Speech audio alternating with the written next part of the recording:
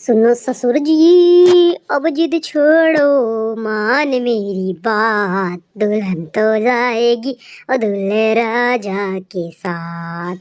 अरे सुनो ससुर जी, अब जिद छोड़ो, मान मेरी बात। बैगन तो जाएगी अंडा राजा के साथ। अरे बैगन तो जाएगी अंडा राजा के साथ।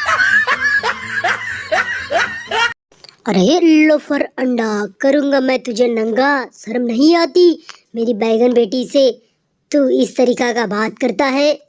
और मेरी बैगन बेटी के साथ जबरदस्ती शादी करना चाहता है। शादी? और कब से तुम मेरी बैगन बेटी से प्यार कर रहे हो? प्यार? अरे ससुर जी, मैं आपकी बैगन बिटिया से पिछले 7 महीने से प्यार कर रहा हूँ। 7 महीने से।